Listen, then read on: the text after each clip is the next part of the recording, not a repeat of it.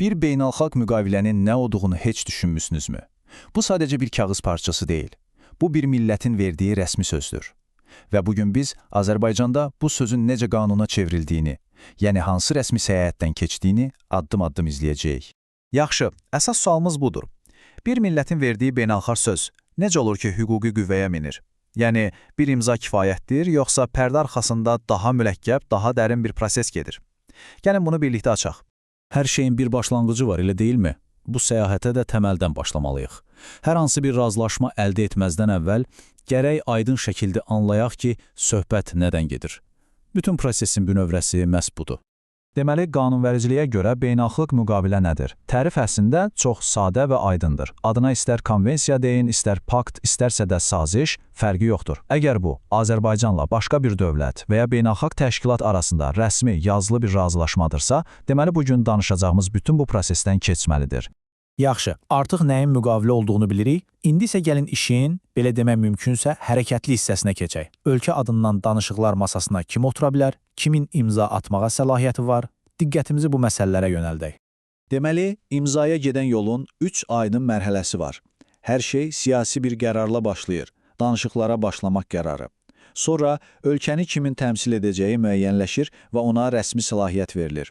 Və yalnız bundan sonra bütün danışıqlar bitəndə razılaşdırılmış mətnə imza atılır.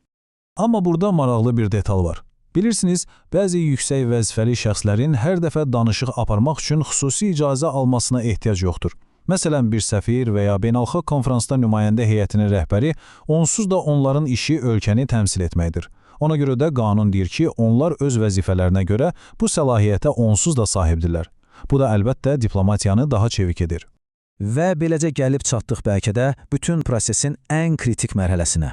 İmza atılıb, amma bu hələ hər şey demək deyil.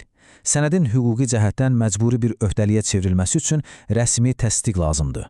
Bu artıq sadəcə bir imza deyil, bu bütün millətin təsdiqidir. Bax, bu mərhələdə yol ikiyə ayrılır. Bəzi daha sadə müqavilələri icra hakimiyyəti özü təsdiqləyə bilər, lakin ən vacib müqavilələr, məsələn, dövlətlərarası sazişlər və ya ölkənin mövcud qanunlarına dəyişiklik tələb edənlər mütləq Milli Məclisdən, yəni xalqın nümayəndələrinin təsdiqindən keçməlidir. Bu, əslində, birbaşa demokratik nəzarəti təmin edir. Qanundan gətirilən bu birbaşa sitat məncə hər şeyi mükəmməl izah edir. Milli Məclisin ratifikasiyası sadəcə bir möhür vurmaq deyil.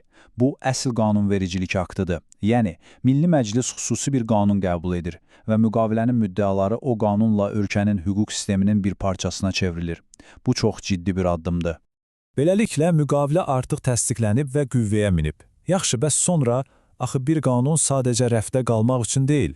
İndi gəlin, müqavilənin real həyatda necə işlədiyinə, yəni onun icrasına və ona necə riayət olunduğuna baxaq. Qanundakı bu cümlə çox güclüdür. Öhdəliklərə dönmədən əməl edilməlidir. Beynəlxalq hüquqda bunun üçün xüsusi bir latın ifadəsi var.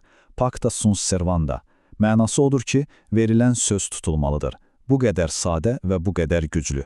Və bu prinsip qanunumuzda birbaşa təsbit olunub. Yaxşı, bəs əgər qarşı tərəf öz sözünü tutmasa, nə olar? Qanun bunun da cavabını verir. İcra orqanları bütün prosesə nəzarət edir.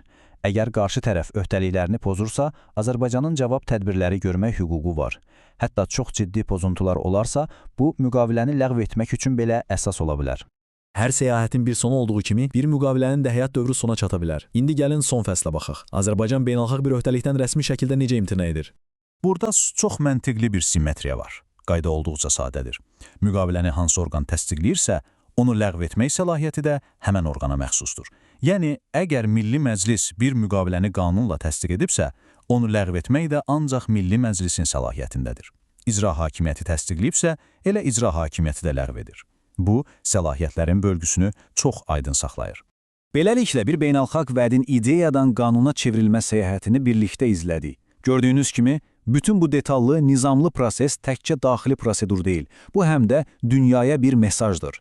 Gəlin bu sual üzərində düşünək. Sizcə, bu cür aydın və proqnozlaşdırıla bilən qaydalar Azərbaycanı beynəlxalq arenada necə bir tərəfdaş kimi göstərir? Məncə, bu barədə düşünməyə dəyər.